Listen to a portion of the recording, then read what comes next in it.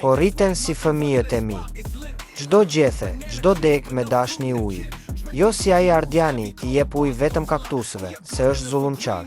Këtu nuk ka punë për policin, këtu ka vetëm klorofil dhe krenari shqiptare. E çdo bim që rritet këtu ka pasaport me shqiponjë. Një mace kalon dhe ai flet si roje sigurie. Ej, lul, mos prek gjethet me putrat e tua. Ato janë për klient serioz. Tingëllon një alarm i vogël. Maki ngrihet shpejt. Merr një tablet dhe kontrollon kamerat. Ding dong. Maki ngrihet si rufe, syzet bien prej hundës, zinxhiri tundet. Kjo nuk është postieri. Ky është zani i telasheve.